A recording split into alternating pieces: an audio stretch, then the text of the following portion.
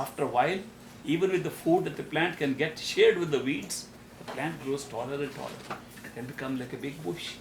The weeds are under it in the shade of the plant. The weeds die and wither away. I've done it many times before. This example is of a gardener who is a perfect living master. He is planting that plant of love in our heart. That's what initiation really is. He puts this plant in our heart and we feel a certain love growing.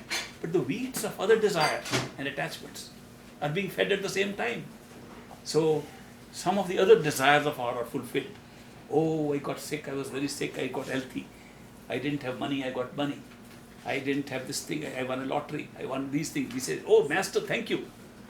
We are thanking the Master for feeding the weeds. But the love in our heart grows beyond the weeds. At a certain time we say, Master, we only want you, we don't care for anything else.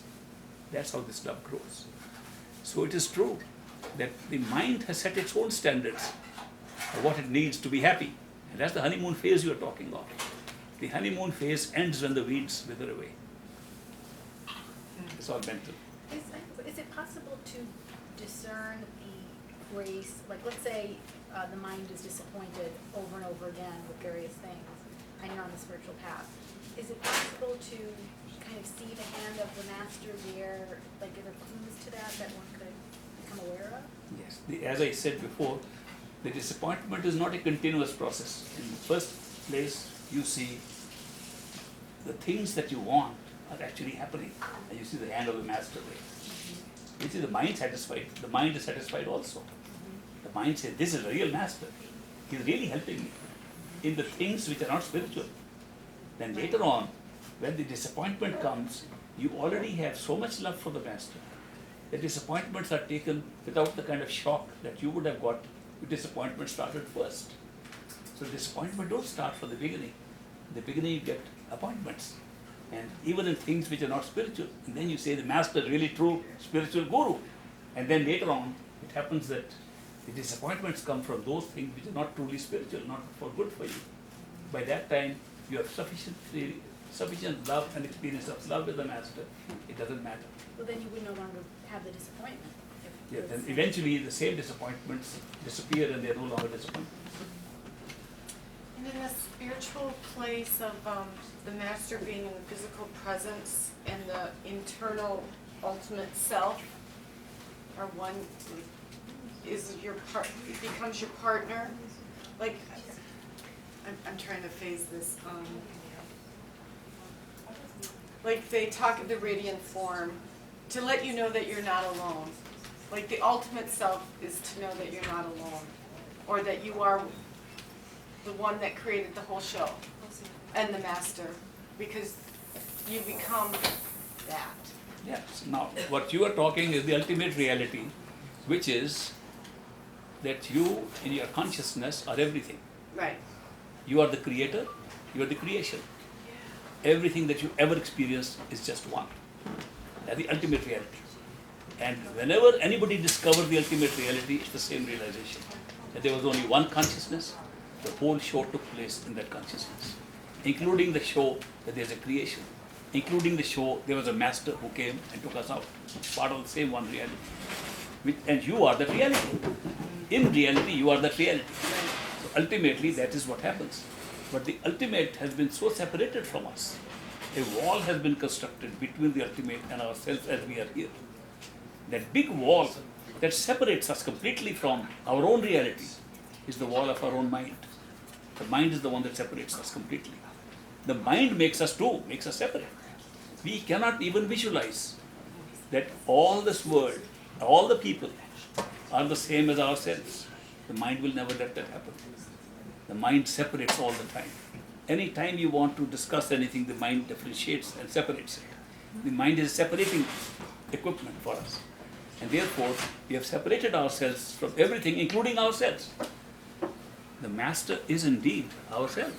Right. Ultimately. But right now, since we have separated, it looks like Master is somebody else. And would you have that experience and still be able to like physically be here and be Stephanie and be aware of that at the same time? Yes. And what would that look like? Then you will not be Stephanie, your body will be called Stephanie. You will not say, I am Stephanie and I know this. You will never say that. Right. Because you will realize that Stephanie is the name given to a vehicle, a temporary vehicle for a temporary part of the show. This physical world is a temporary small part of the whole show. And we're taking it as the whole of creation. It's a very small part of creation. And in that small part of creation, we've got a vehicle which we call a physical body. We've given a name to the physical body. That's not your name. You are not confined like that. You are free. But you confine yourself in a vehicle to have an experience here. And that vehicle is called Stephanie. So you will realize there's not Stephanie getting to know all this. The Stephanie itself was only a vehicle. So far as the master is concerned, the master appears in a physical form separate from you because everything else appears in separate form. If the master were to tell you, I am not real, I am just an experience of yours. Like all other experiences, they are all being projected from inside you. He'll be telling you the truth, the very unbelievable truth. You like to believe that he is separate because we are always looking for things to satisfy our loneliness by getting things outside of ourselves. Right. We want reality to be what we can touch, taste, smell outside. Therefore, the master has to be somebody outside. Therefore, the master who is a true, real master is actually inside but appears outside. When you say the radiant form of the master, that's the first step in understanding that the master, which we thought was only a physical being outside, was in fact inside. The outside was just a physical phenomena of a master in order to help us understand that the reality is inside. Otherwise, our notion of what is inside is close your eyes, it's all dark. You don't see anything. But with an outside master, with an outside figure of a master, you are able to see a form inside which is far more real than the outside form. The outside form disappears. Like everybody else dies here, the master in his outside form dies along with the others. He is no different. But the inside is very different. The inside doesn't die. The inside is the real master, the real teacher, the real guide, the real friend. So discovery of the radiant form of the master is a very big step on the spiritual path. And once you have that, you're never alone. Loneliness disappears from that point onwards. So it's a very big step forward. And that is why all these perfect living masters, when they come and initiate us, which means they become permanent friends for us by an attachment inside, they say, as quickly as you can, do enough of the meditative practice. Meditative practice means the ability to look inside yourself. Practice as much as you can so that you can see the radiant form, the inner form of the master, while the outer form is still there. Because then there will be no break in your relationship. Even if the outer form disappears, you will still have the inner form. And the inner form will be more real than the outer form. So that is one of the good things that they teach in the spiritual path. If you want to succeed, as quickly as you can, to the best of your ability, do enough meditation, enough introspection, enough going within, enough closing your eyes and trying to see what is inside. Before the time that the outside physical master disappears, then it's harder to develop the inside connection and to see the inside radiant form. But while the master is alive, it's easier.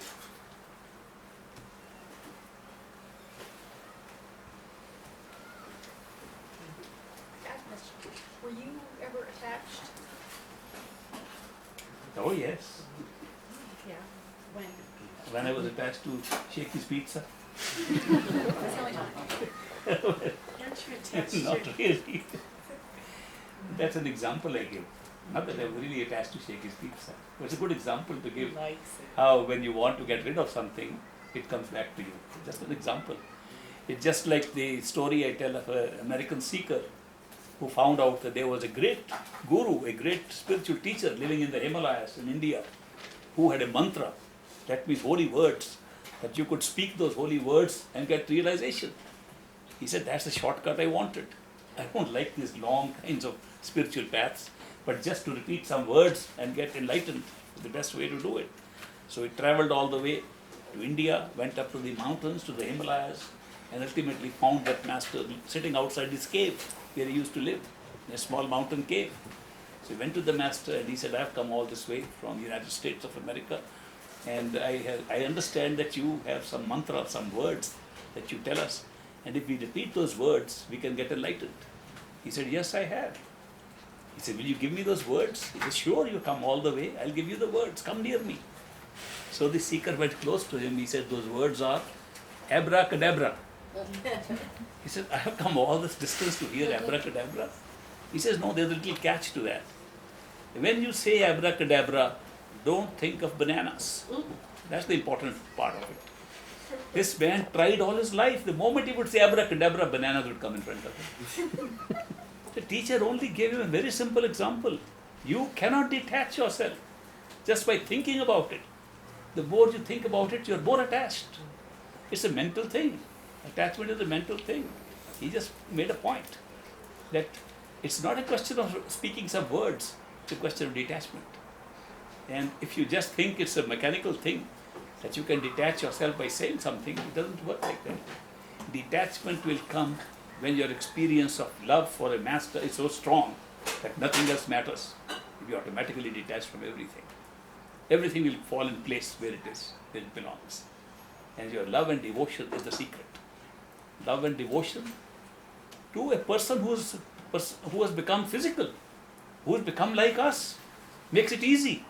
Supposing you had to fall in love with in an image, it's very difficult. You could be falling in love with your own mind all the time, making a big mistake. But here is the master inside you, part of your own consciousness, appearing as a physical being outside. It makes it so much easier. When the physical being outside can help you, be your friend, talk to you the same way, and fall in love with you, you fall in love with the master, and the whole attention goes there, automatically nothing else matters. Therefore you're detached. That's how it works. That's true detachment. Any other practice is very temporary. It doesn't work. Ishwar, what do you foresee for India with these materialist changes that are occurring? They'll grow materially very strong. They'll become one of the rich countries of the world. They're already moving very fast. Their growth rate is very high. How about the Materially. materialism that you observed? Materialism will grow in a big way. Is it going to damage them? And spirituality will gradually disappear, will be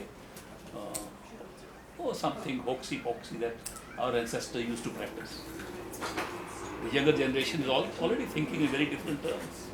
I met young people there on this very short visit. Their whole mind is how to make more money. When I came to this country first time, 40, 50 years ago, people told me in this country, God is greenback. There's a greenback here, and that's called God. And people respect the greenback as God. That their whole idea of the spirituality is how rich you are. And I find there was a man who came here, and he had following of thousands because he could buy 100 Rolls Royces. And he became very popular. He set up a big commune here. I came, nobody cared for who I was. I gathered several $100 bills in my wallet and I would open them. They said, this man must be spiritually enlightened. I'm talking my own experience. Money was what? If a poor man came here to this country, today of course you might respect him. 40 years ago he had no place. He could not be taken as a spiritual teacher. He was poor. No question. Nobody was taken seriously. You know what the question was? If he's really a spiritual teacher, how come he can't make money for himself? A very pet question. Now, the same pet question will come up in India and those countries. India, China, all the countries of the East. When I first came and I examined this great master's words, the axis of spirituality itself will change to the West. I took a big globe. You know, a globe where a map of the world is given and a round sphere. And I saw on the map and I rotated it round and there was India. Then I rotated it round halfway. There was America. I saw Chandigarh, CH, Chandigarh where I live. CH, Chicago. The other end. I could pierce one needle through the globe and reach from Chandigarh in India to Chicago in the United States. I said, this is amazing. Then I began to plot on that. Where have these great spiritual teachers come from? I looked at Buddha, looked at other Confucius and these people, and I put dots on this. And I found they were all coming from a certain belt. They stretched from the northwest of that globe and came down southwest into Africa and disappeared down into the ocean. And I found most of these very enlightened people that we today talk of, they came from that belt. And the western belt, the other belt on the other side, the same belt, had nothing, nobody at all. People believed in spirits, believed in spirit of the earth, spirit of the air, spirit of fire.